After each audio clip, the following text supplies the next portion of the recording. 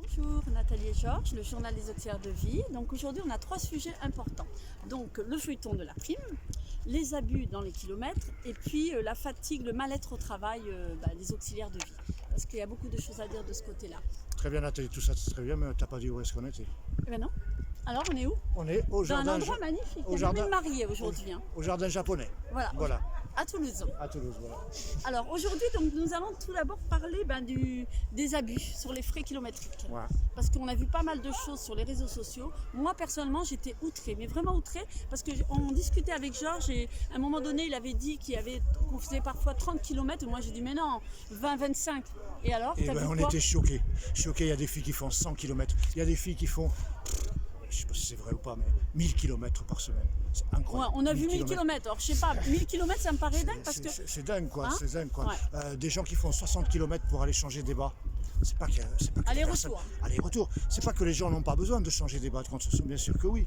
Mais les filles, imposez-vous. Voilà quoi. Qu'est-ce que je voulais dire? Il faut faire 60 km pour mettre des bas de contention. Mais l'argent, les filles, il faut payer. La voiture, l'usure de la voiture et tout ça. Où est-ce qu'on en est de tout ça, Nathalie? Ah non, mais il faut en fait, il faut s'imposer, vraiment... il faut oser, il faut demander. N'hésitez pas, mais n'hésitez pas à demander plus d'argent, plus de conditions. C'est pour ça qu'on se bat. C'est pour ça qu'on fait ces vidéos-là. Mais toi, t'as un exemple? Mais moi, j'ai un exemple en structure. Moi, ça fait pas longtemps que je suis en structure, à domicile, comme je vous ai dit, mais j'ai passé pas mal de temps en maison de retraite. Et toutes les années, j'avais une réunion avec les directeurs et la directrice pour une augmentation de salaire. Tout simplement, celui qui demande rien n'a rien. C'est facile dans la vie, c'est comme ça. Voilà. Il faut demander. Voilà, En fait, demander. il faut vraiment vous valoriser. Il faut qu'on se valorise. Nous, on essaie d'être le porte-parole des auxiliaires de vie. Vous pouvez nous dire des idées de sujets et tout, mais quand on veut quelque chose dans la vie, bon sang, si on ne demande pas, il faut on n'a pas. batailler, il faut batailler. Il faut demander. Il faut oser dire non quand on nous impose quelque chose. Et on vous dit non. Ah mince, j'aurais plus de travail. Mais si, il y a plein d'associations qui cherchent. Je veux dire, il y a énormément d'associations et il y en a des biens. Il y en a des biens, lesquels? Il y en a plein de biens.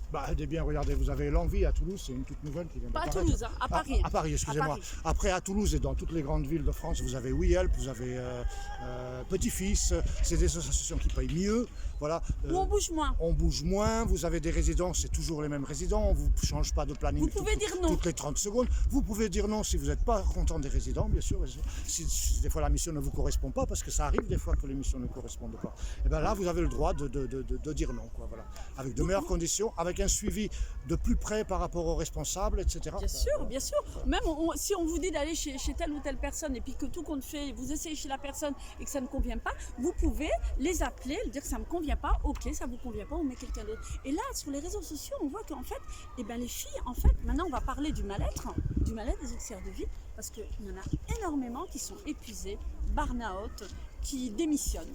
Et des jeunes, hein, pas des personnes de vie qui ont 55, 60 ans, parce qu'elles sont près de la retraite, elles se disent c'est bon, on va attendre, on a la patience. Mais les jeunes qui commencent, les jeunes, c'est qu'elles aiment ce métier, c'est qu'elles ont envie d'aider les personnes en perte d'autonomie ou les personnes handicapées, mais quand elles se rendent compte comment on travaille, mais elles sont dégoûtées. Les filles, elles sont dégoûtées. Hein. Elles arrêtent direct, elles préfèrent aller faire caissière, il y a plus d'avantages que de faire auxiliaire de vie. Et qu'est-ce qui va se passer dans quelques années? Parce que dans les hôpitaux sont saturés. Ben oui, ils auront besoin de nous. Maintenant, ils sont déjà saturés. Ils ont besoin de nous. De toute façon, les personnes voudront plutôt de vieillir à domicile. Moi-même, 800 000 personnes ont besoin d'auxiliaires de vie. 800 000 personnes, voilà. 360 000 personnes handicapées ont besoin d'auxiliaires de vie actuellement. Ça veut dire qu'il y en aura de plus en plus. Du travail comme auxiliaire de vie, il y en a. Alors affirmez-vous, bougez-vous les filles. Il y a des choses qui ne vous plaisent pas. Il faut écrire, il faut faire des pétitions. Osez dire non, osez dire non, osez dire non. N'ayez pas peur de dire non. Il y a plein de travail. Il ne manque pas d'associations. C'est vrai que je sais que vous avez les factures pour payer à la fin du mois, que vous avez tout ça.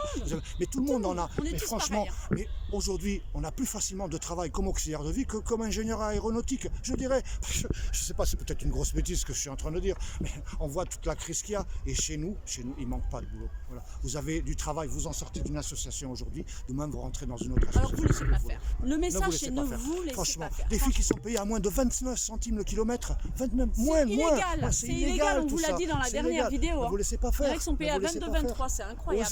Ouais, c'est très joli de se plaindre dans les réseaux sociaux, rapapi, rapapa, ça va pas. C'est fait pour ça. C'est fait pour ça. Bien Mais sûr. franchement, après, il y a le pas le plus important à donner après, c'est faire quelque chose, C'est oser agir. dire non. Voilà. Agir. Voilà, allez Agir, vers vos agir. responsables et leur dire c'est pas possible, ou vous me donnez ces les conditions ça, que je veux comme ci, comme ça, sinon je pars ailleurs. Sinon je pars ailleurs, parce qu'ils ont besoin de nous, ils ont besoin de vous. Ils ont besoin de vous. Il y a un manque de personnel énorme dans ce métier. Un manque de personnel énorme. Alors osez les confronter.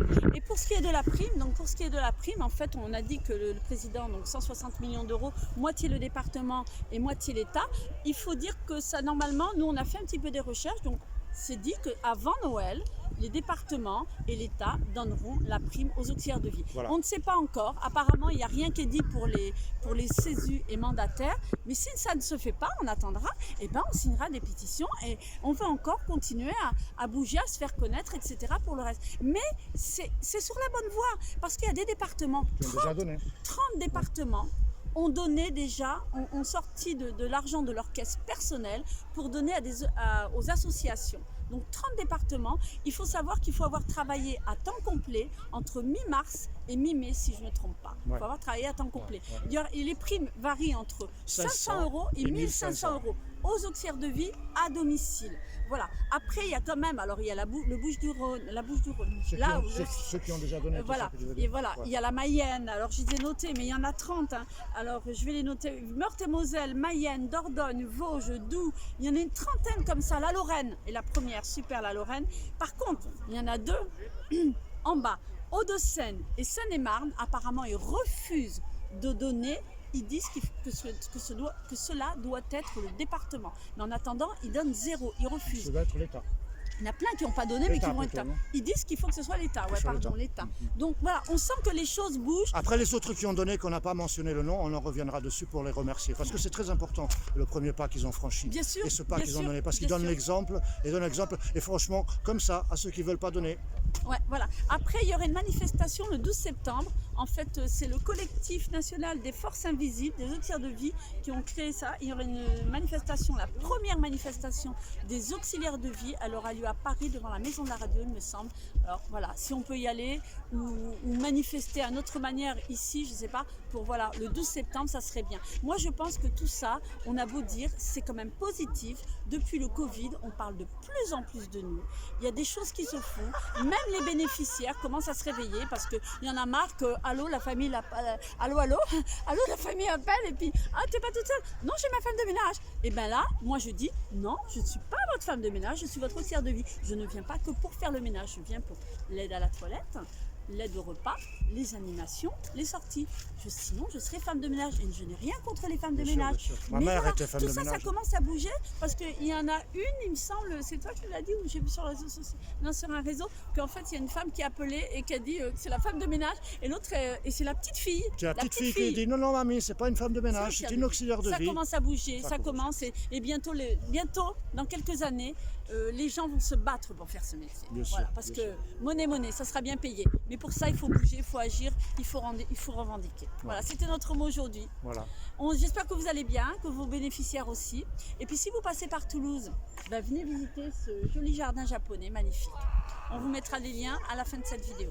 Voilà. Allez, merci beaucoup. On vous embrasse très fort, on vous dit à la prochaine et à bientôt. N'hésitez pas les commentaires et de nous donner des idées de sujets ou vos expériences aussi fait que nous, on fait des recherches, on est là pour ça et ça nous passionne. Bien sûr. Voilà, à bientôt. C'est très très important tout ce que vous pouvez nous dire, tout ce que vous pouvez nous conseiller à faire et des sujets. C'est vraiment très très important, ça nous nourrit, ça nous alimente, ça nous donne des idées et franchement, on est là pour ça.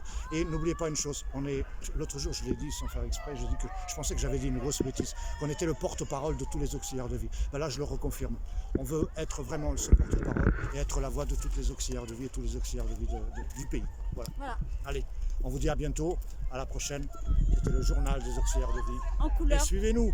Positive attitude. Allez, à la prochaine. Regardez le sourire malgré tout.